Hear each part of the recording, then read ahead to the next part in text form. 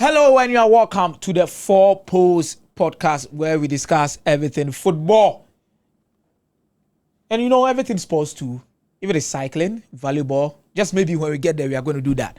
But right now and today, we are about to discuss Ghana's game on Friday against Japan, where it happens to start around 10:30 a.m. Ghana here, where you can have the opportunity to watch that game. We are going to preview it.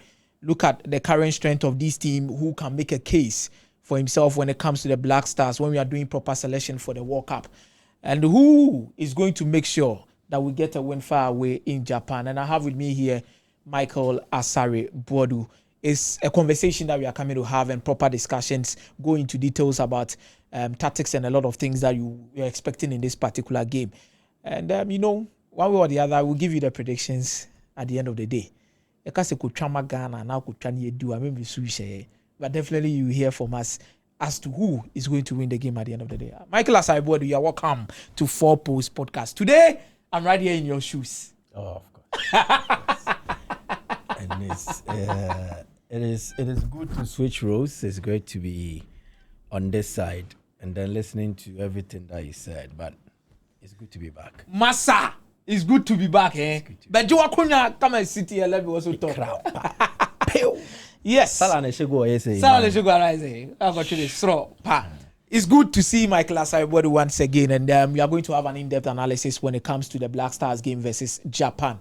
Stay with us, and when we are back, you hear from Michael Asaibodu and myself. I'm kind of quick.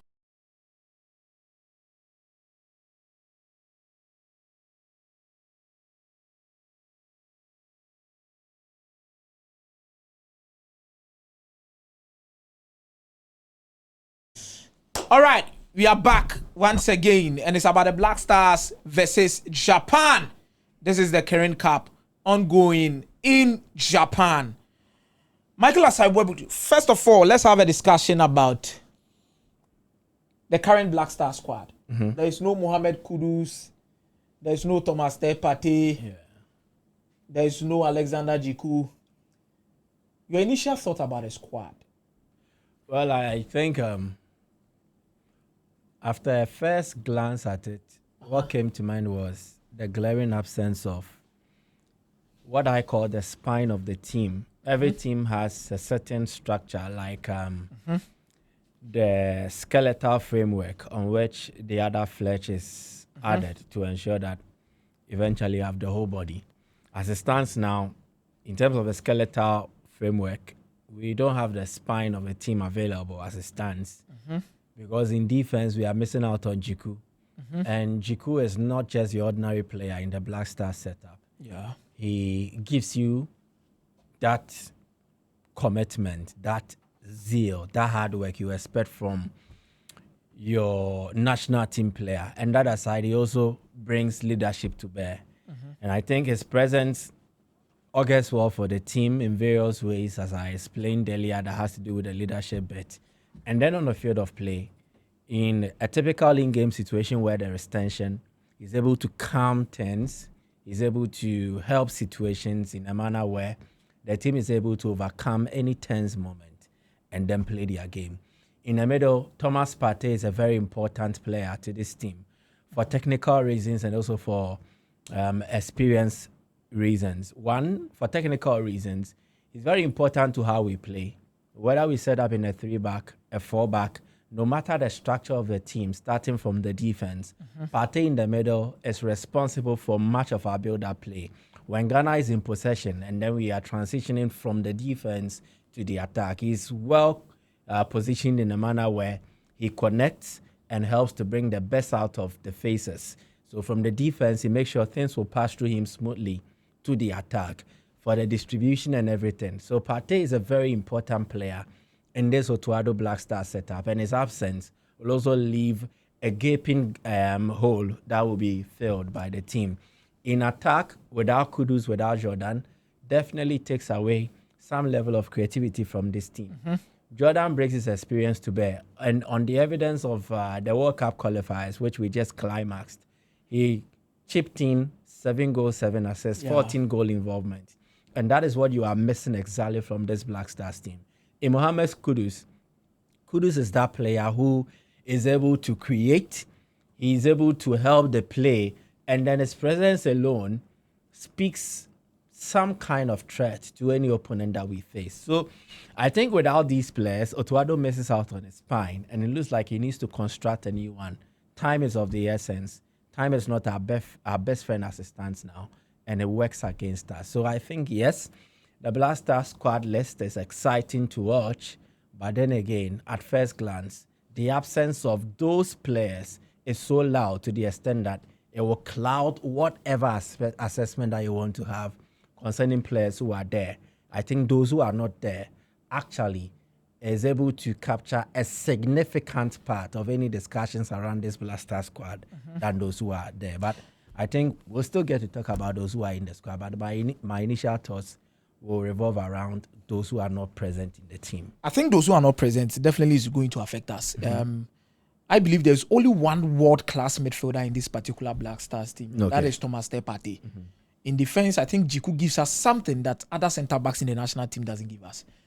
Just look at the games that he has actually been absent. Yeah. And look at how he gives his all whenever he's part of this team. I think it's quite really worrying to have a player like Jiku out of the team. Yeah. But if I can tell you something, I think among the three key players I even mentioned earlier on, Jiku, Kudus, and Partey, I think the one we are really going to miss is going to be Alexander Jiku. Okay. He gives us a certain level of defensive solidity. And I think how robust he is and his leadership qualities at the back line definitely shows it all. But a quick one.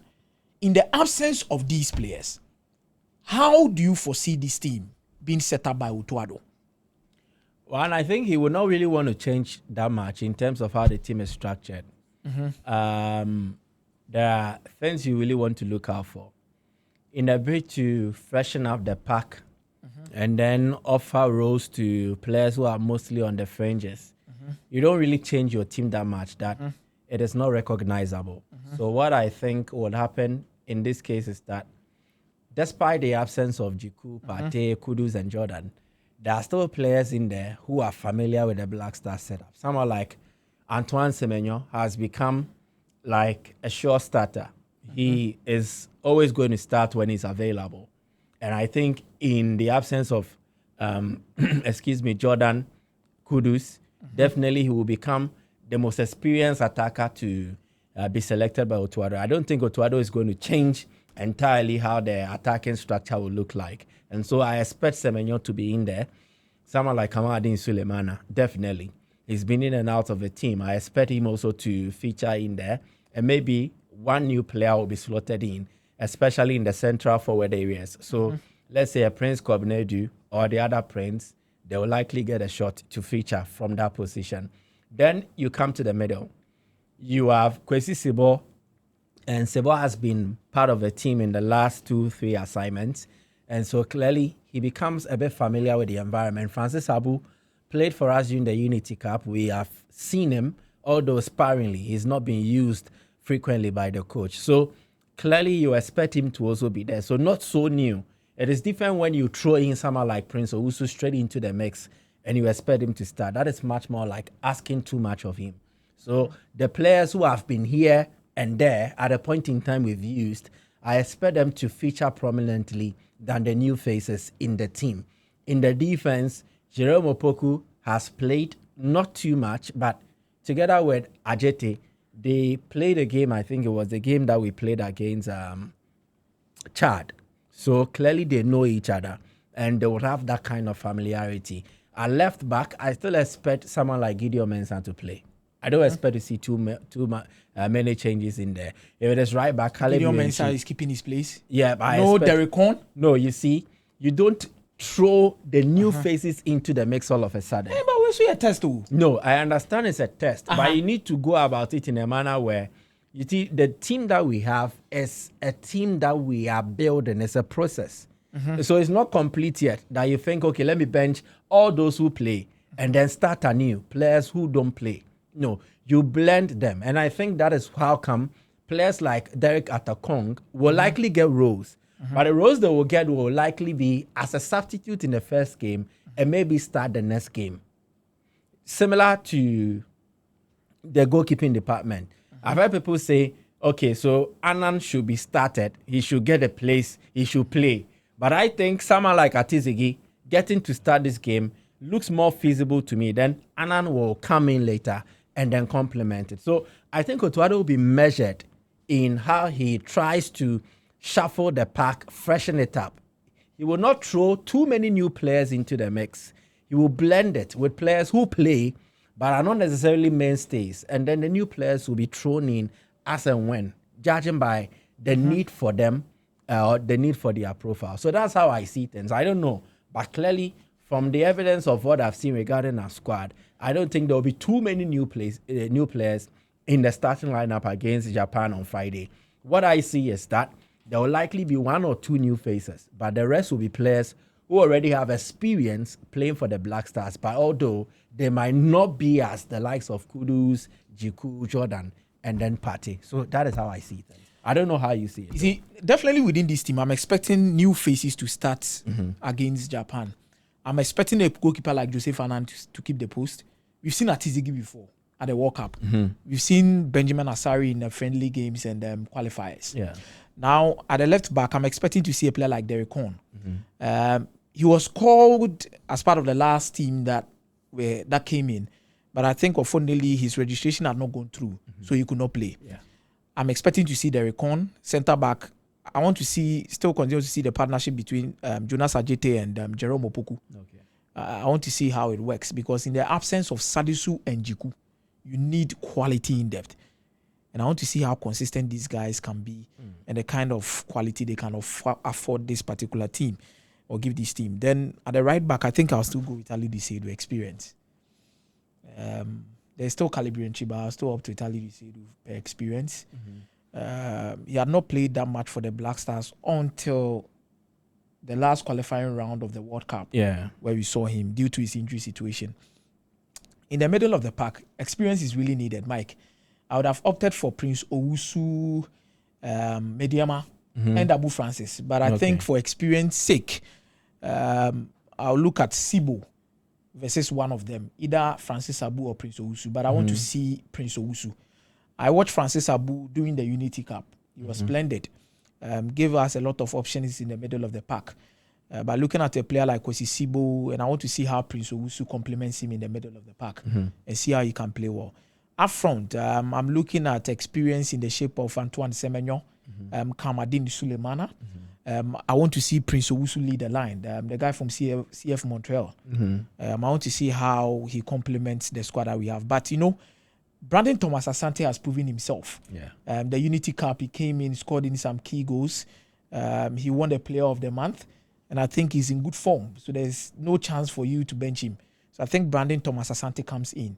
And then who actually plays as the number 10? I'd rather put Semenyo at the number 10 position, Christopher Ban, number 7, Sulemana, number 11, then Thomas Brandon Asante as the number 9. I think for the 4-4-2 flat. You see, this, you see, you carefully look at the goalkeepers, for instance. One thing I would love us to do is, in analyzing this game, we don't do it in isolation. We need to understand that it is a game between two teams. For Japan, and if you carefully study their squad, clearly they are dominated by players who are familiar with the national team setup. So irrespective of how the Japanese coach sets his team up, these are players who know each other too well. They've actually been playing together right from the last World Cup in 2022. They know each other and they know how to coordinate. The chemistry does really exist. So we don't really set up with players who don't understand the Black Star structure and how you need to perform in the national team jersey. That's why I said that. I would not really love to see too many new faces, in the sense that we do that and right from the start, we don't get it going. That will invite pressure on us. And then you don't expect to have a bad start in a game like this. One, already things are not really in our favor. We don't have some of our best players, our mainstays in there. Two, the atmosphere. This is going to be a typical Japanese atmosphere. They are playing at home. They have the comfort of their home fans who come and cheer them on. So clearly, they have everything working for them. So you want to start with a team that knows what it takes to play at stages like this. It's unfortunate that we don't have Jiku, Kudus, Jordan, and the others available. But of the lot, who are those who know what it takes to play for the Blaster? So I kind of agree with you when you mention Seydou Alidu. He knows the team. Yes, it's okay. Again, for someone like Gideon Mensah, similarly, because you will not want to have too many new faces in your defense. And as I mentioned earlier from my conversation with you, I said the structure. The structure should have a base, and that base is the defense. You don't want to have too many new faces, especially the goalkeeper. That's why I went for someone like Atizigi. Asare did not arrive in camp on time. It is looking increasingly likely that he will not start. So if Asare will not be starting, then I think it should go to Atizigi. Why not Joseph Anai? Again, it should go to Atizigi in the sense that Atizigi has not kept the posting like a consistent. I think right after the World Cup. Exactly. So he will need this game to prove, to show that, okay, I'm coming back for my position. You guys have trusted Benjamin Asare, but okay, this is what I also have to offer, and watch out for me. So I think he needs this. The last Kirin Cup offered Abdul Manaf an opportunity to showcase to Ghanaians that he's also capable. And it helped his cause because eventually... the Abdul Manaf phone was in Korea, right? Yeah. South Korea. No, Japan. The same Kirin Cup. Yeah, exactly. Where he saved penalties before the World Cup. Yeah. So I think it all plays a part that Atizigi starts in this game. And maybe we give an opportunity for Annan to be tried, whether in the latter stages of this game or in the other game against Korea on Tuesday. So that is what I see. Then in the middle, you mentioned Kwesi Sebo, and then again... Sibolitos. Yep, he has been playing. You don't actually have too many central midfield profiles in here. Mike, you see where I have a problem with the setup of the squad. Is a typical winger. So Kwesi Sebo, Kamadin Sulemana will not play centrally. No. So it means you have just 3 central midfielders to select from. Francis Abu. Exactly. Kwesi Sebo. So the constant here should be Sebo. And then you pair him with Francis Abu. Prince Owusu, if you start him in this game, is a likely... Are you setting him up? Exactly. And it's a recipe for disaster because... Why? He's a brilliant young midfielder, but he's not really had that exposure in terms of international stages. I disagree with that. I'm coming. International stages, he's not had that exposure. You need to understand that in football, they are great. Now, the grade that he is, you don't all of a sudden propel him to the upper tier. There's always one day for something to happen. Again, you warm players up. There is a reason why you don't just call the player off the bench and you throw him into the mix. You need to warm yourself to prepare physically for it. Again, you need to warm Prince Owusu up and prepare him psychologically, sporting-wise and everything for stages like this or occasions like this. So, Abu has played at the Unity Cup. Abu has played in the Black Stars before. So he has that experience in terms of playing against opponents as a Black Stars player. I can't say same for Prince Owusu. So I think it will not be tactful to start. I wanted the right word. It will not be tactful to start him in this game. But what you are saying, a well-established Japanese side. Then in attack, Wataru and Domana, and I say we're in Tebu. No, again you mix it. Sorry, Japan have a core group, not just a starting 11. All the players within the Japanese fold have played each other for not less than 7 times. All of them. They have played each other. The chemistry does exist. Minamino. Continuity. Kubo. They have been playing together for a 7-year project. They are the academicals. They went through the Japanese school system and the football system. And after their respective adventures, they were then exported to Europe. It was a deliberate attempt. So if you look through, as I was saying on Focus this afternoon, only 3 of the Japanese players are local-based players. Only 3. Playing for Avisco Fukuoka, Kashima Antlers, and then there is another Japanese side. The rest are players who play either in the Belgium Pro League. They also play in Spain, Germany, England. They are scattered across. Some even, Zion Suzuki will not be playing. So a goalkeeper has been called up to replace him, Brandon something. So what I want to say is this.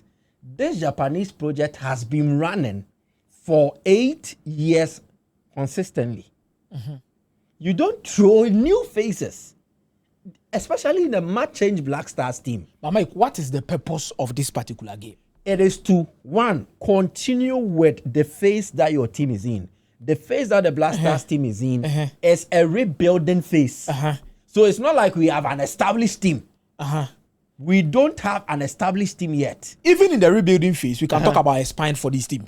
That we have a specific fine that we believe we start. Exactly. So you don't change it too much. But I think if the purpose of this particular game is to continue with what we are doing, meaning giving opportunity to new players, why should we relax again when you have new players in this team? Wait till like 80th minute, 90th minute, or even against South Korea to fix them. Again, no. You see, new players are not thrown into the mix all of a sudden.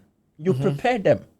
And the question you should ask is, has someone like Prince Owusu and Kevin Nkrumah, have they been well prepared for stages like this? No. No, I agree to that. So you don't just throw them into the mix. If you don't take care, they might be very good players, but the hasty action in terms of rushing them to play them right from the start will kill everything you want to do. And I can cite an example. We had Kamaldeen Suleiman. Do you think we destroyed a player? I'm coming on. Do you think we destroyed a player like Dennis Kosa?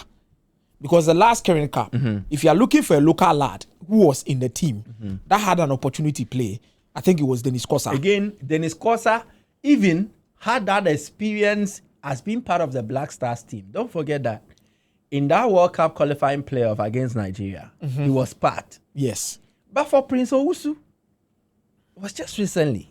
Again, Kevin Nkrumah, just his first call-up.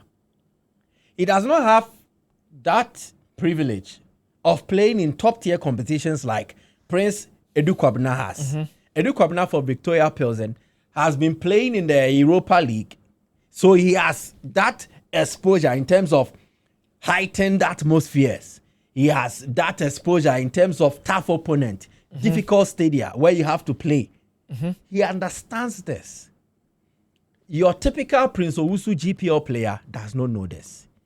Kevin Nkrumah does not know this. So you just throw them in there. It's like you are throwing them to the lions to be consumed in the den.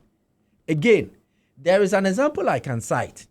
Kamaldeen Mamadou is your brilliant fullback. But I still feel how Otuado used him in that Unity Cup game against Nigeria did not help him. Especially in the three-back system where he was playing as a wing-back. And that was his end. I agree with you on that because it was really an appalling decision by Otuado. Game against Nigeria. To start Kamaldeen. Very uncomfortable. And right after the first half, he was playing with a backline that he barely knows. Exactly. So let's take time in doing some of these things. And I repeat, there is a reason why players are called to warm up before they are substituted into the game. It is to prepare them or ready them physically. Again, if you call new players, and if you want to test them or try them out, you don't just throw them into the deep end. You see why I have a problem with the kind of players that we called when it comes to the midfield options that we have in the squad. Mike, I believe we have only 1-6. Abu Francis is your typical box-to-box midfielder as a number 8. Prince Owusu is your typical box-to-box midfielder as a number 8. Christopher Ban is a winger. Kamaldeen Suleiman is a winger. After Anthony Anai, we had Rabiu. After Rabiu, we've had a free Aqua. Yeah. We've had some other players that have come into this squad. Mubarak Wakasu, playing as our number 6. But Mike, here comes a moment in this particular Black Star setup where a lot of Ghanaians actually believe Kwesi Sibo cannot push us when we get to the World Cup playing against some big size. Putting in a player like Thomas Partey as your number 6, you are in for a doom, especially when you don't have possession. You don't expect Thomas Partey out of possession to be tracking back, doing all the dirty works here in, here out. Okay. He will need a helper. That is why at Atletico Madrid, he used to have a player like Koke closer to him, or even Rodrigo De Paul. For Arsenal, there is Declan Rice closer to him. We can talk about different instances, even at Villarreal. Omoga and Obo says, Papi, Senegal needs a Papi gay, or also the gay. He's always closer to Thomas Partey. But you look at this squad, and there's only Kwesi Sibo. And then why didn't we open up? Again, I think our national team Mike, why is Ibrahim Sulemana? I think he's injured, and I think he's not fully recovered. What I see is this. There's a team that is being rebuilt, and in the process, we don't have the necessary balance. It is only recently that in just this call out that we are speaking to, that I've seen someone like Prince Edu Kwabena come in. He comes in with a profile of a typical center forward. We have not had balance in terms of players who are available. Our team is dominated by wing attackers. In midfield areas, we are restricted or limited to a select few. That is something that I want you to consider. Now, the decision I think the technical team took in selecting Sibo and Abu is this. We are playing just 2 games. Yeah. These are players who don't really get opportunities to play. Abu has been in and out of a Blaster squad, but he's barely had a taste. Mostly he just gets a bite, then he's okay. So why not trust him with the 2 games, praying that injury permitting, he will be able to see out those 2 games. Then as and when you try out someone like Prince Owusu to see how he will fare. Because one of the positions we've actually not had a lot of players playing is the midfield. Yes. Because mostly we go for 2 midfielders. Either and Elisha we are restricted to or Elisha Owusu and then Thomas Partey. It was only recently that we've seen Salas return, have a role, and he did not really impress. Then Kwesi Sibo came. It was okay. Although some of us still think there is more room for improvement. Yes. So I think in an assignment like this, where we play against top opposition, Japan, South Korea, then why not we try Sibo and Abu for the long haul? And see. Did you get it? Okay. So let's try them for the long haul. And I think see there is how also much they Calibri and Chitu who can come into the midfield. See how much they can offer. And if they don't work, there are other options, like you rightly mentioned. Someone like Calibri and Chi can do a job. Jerome Opoku can play in midfield. Then there is Prince Owusu to also do a job. So clearly, these are instances where coaches will have that luxury of time to assess Kwesi Sibo, Francis Abu for the long stretch, not just for cameos. In all of this, there are 2 things I'm picking from it. The coach has to be innovative. Yeah. The coach has to be creative, especially with the options that he has. Do you think Otuado is innovative and creative to do this? Oh, yeah, he is. From what I've seen, Otuado is that young manager who wants to try things. But unfortunately for national team managers, unlike club managers, you don't really have your team for longer periods. You just meet them maybe 2 times or 2 weeks in a month or in a 3-month period or in a 4-month period. Then you have to try everything. It limits or restricts how much innovative or creative you can be. You don't want to change too many things or try too many things. But in exercises like this, especially when you don't have the full complement of your team, then you can try things out and work out how they should work. So, yes, in my opinion, Otuado is that creative coach. Together with his technical teams, like Desmond Ofer and the others, they will want to try things out. But it's unfortunate that at the national team level, you can't try too many things. It is not like we are running a project like the Japanese project I mentioned. Like the 8 years project. So, for instance, so this is fresh and new. This Kirin Cup, it is an initiative by the Japanese Football Association. Yes, and last 4 years we were there. Then they have had a sponsor pumping money. Yes. So they can run this and then sustain it. We don't have such a project running. No. We don't have that budget. We don't have the resources. So we are only restricted to the international window, and then maybe we play qualifiers or we play World Cup qualifiers. If we play any other, like a friendly game, something sort of. Unless an agency organizes it. Exactly the point. So let's understand how some of these things work, and then get to understand or appreciate what those in charge will want to do. And that is exactly in our case. So yes, the midfield we are lighting there in terms of their personnel available. But maybe the technical team decided that let's call a select few and give them that opportunity to really impress us for the long stretch. If they don't, we move on. I have 2 key questions to ask you. One has to do with the goalkeeping situation. The second one has to do with the new players who are in this team.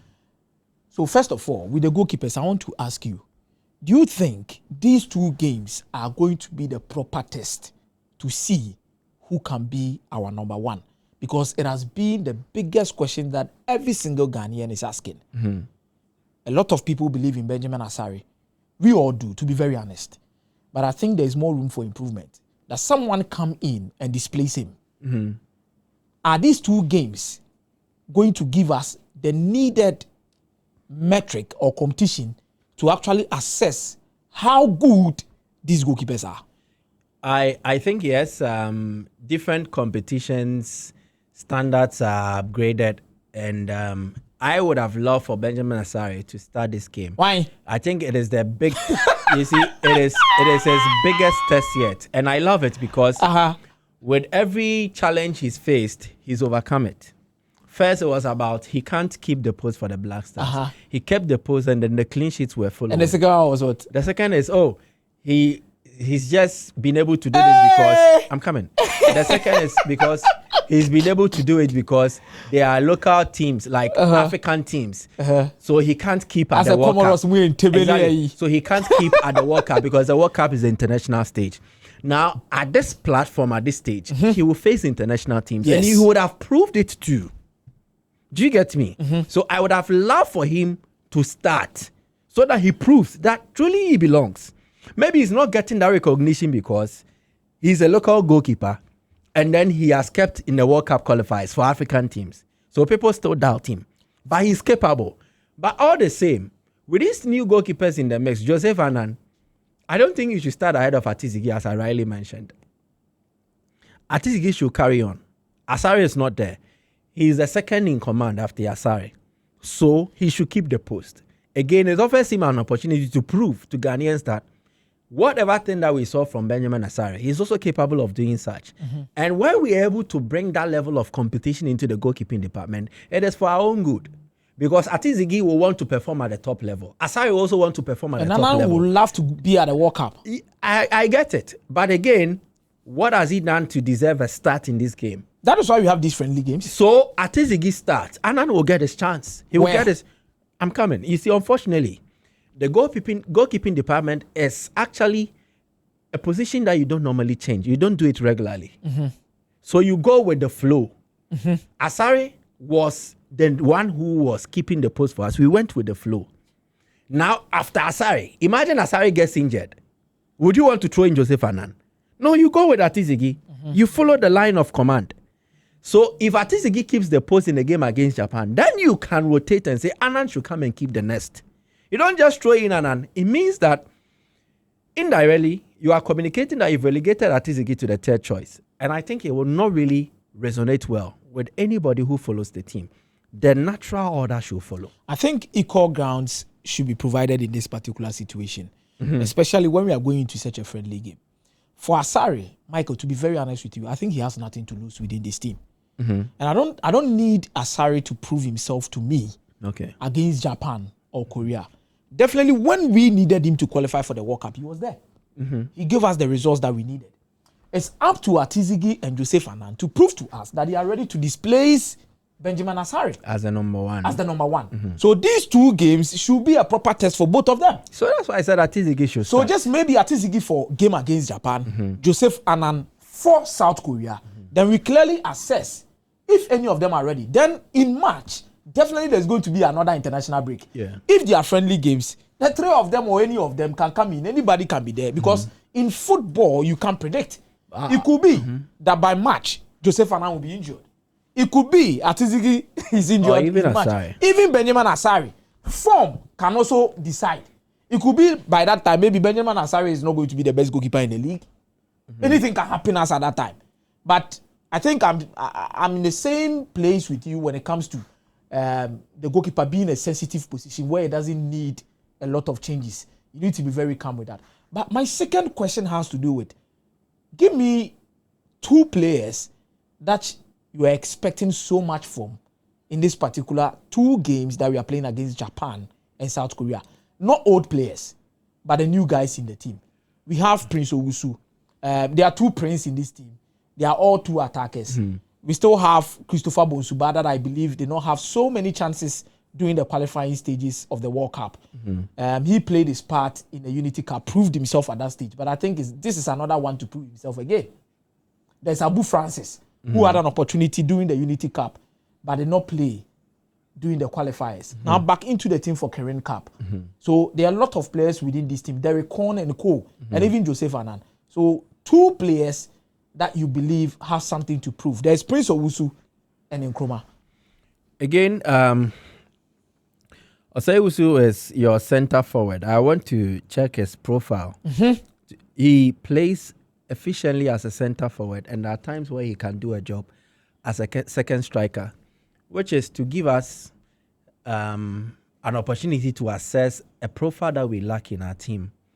I know we've tried to convert Semenyo into your typical center forward, but naturally, Semenyo is a right wing forward, and then at times does a job as a left wing forward, which we know is excelled at Bournemouth. So I want to see how someone like Prince Owusu how he will fare in that role, whether he is a solution to an issue that we have in the team, whether he's a right fit for a profile that we need addressing in the team. So I'm very keen to see how much he will fare in this setup. It's unfortunate that there will be no kudos, there will not be the others. But again, that even allows him to settle in and do his job, because for someone like Kudus, he's a high usage midfielder. Yes. He loves to have the ball for most times. So he won't release it. And as a center forward, you not enjoy a lot of service from such players. But if you're going to go with direct wing forwards like Semenyo, like Kamaldeen Sulemana, like Christopher Bonsuba, it means there will be more service, more supply from those wing areas. So as a center forward or even as a second striker, you will get the kind of service you will want to prove yourself. So I love it that way. 2, Prince Kobnedu is a player who has actually hit the ground running for Victoria Pilsen in the Czech League. And then in the Europa League, he's doing well. I would love to see him settle in here. I remember us preparing for the World Cup. Then it was the qualifiers. We had to throw someone like this untested player at Roma, which we brought in. Felix Afenajan into the mix. He played during the qualifiers. Then the World Cup proper came. We forgot about him. Now, Edu Kobna is your matured and well-polished Afenajan. Because he plays the Ghana Premier League. Yeah. Grew in it before he traveled outside. And even his game has been polished outside Europe. Outside Ghana. So he's your polished and matured Afenajan. Similar in terms of profile. I would love to see how he also played for Bechem United in the Ghana Premier League. How he announces himself to the Black Stars and then to Ghanaian football fans. So I am keen to see how they play, the two of them. I don't expect so much from the local players. Getting the call up to me is enough. I don't think Kelvin Nkrumah is better than Christopher Bonsuba. I don't think he's better than Kamaldeen Sulemana. Why we offer call-ups to local players as for various reasons. Try to bridge the gap between their level of understanding regarding environments like this and that of the European-based players. So if I am Kelvin Nkrumah, I get that recognition to be part of the Black Star squad. I go in there. It allows me to study and understand what is required of me. So I bring that experience back into the local league. Then it encourages me to work harder. Just like Razak Exactly. Simpson. So if I sit here and tell you, I expect Kelvin Nkrumah to play and delight, I might dazzle, I might be sounding like a hypocrite. You are moving ahead of yourself. Because it is me asking a lot of him. I cited a Kamaldeen Mamadou yes, at the Unity Cup. He was part of squads that were announced. He was being invited to be part of the Black Star squad. I remember in a friendly even against Liberia or so, he played. Yeah. But he was given a full feel, a taste of Ghana versus Nigeria. And we saw how he panicked. So if you tell me Kelvin Nkrumah should go in there and play, no, you are just deceiving yourself. He's not ready yet. In terms of quality, in terms of being mentally prepared psychologically and all that, he's not ready. The same applies to Prince Owusu. If he gets 10 minutes, he should thank his gods. Hey! Yeah. Prince Owusu, 10 minutes. Yes, because he's not ready yet. 10 minutes, Mike. Are they? They also Prince Owusu, man, 20, 30. Yeah. Skill, let him do. And what say a man does not mean he deserves it. he should be prepared. They should take their time. I know, due to the lack of personnel in the central midfield region, definitely there will be more opportunities. But in terms of readiness, I don't think he's ready yet for tests like this. And trust me, these Asian guys, They the are like Japanese, the South Koreans, Do you know what the sports minister said? they have mastered the art of playing. And so if you take a team that is not well cooked, they will expose you. Do you hear what the And minister that said? is what I fear for these local boys, because they have not really settled into the national team environment. You throw him in there, then they will look like fish out of water, very uncomfortable. Then we will feed into the narrative, and the local boys, that is what I want to avoid. Okay. Make sure they are ready. Because someone like Christopher Bonsuma, after the Nigeria game, he's been part of the squad. He's not been thrown into the deep end.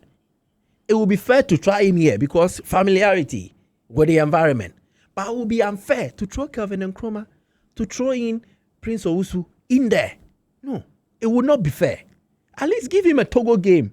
Hey, Give him a game against Algeria. where? You get it? But Japan, South Korea, As a local base, continental. so that they build themselves. You see, they will build themselves to a certain level that when the time is right for them to try some of these things, it will be okay. Okay, so a quick prediction for tomorrow's game versus Japan, then we call it a day. What do you expect of this team?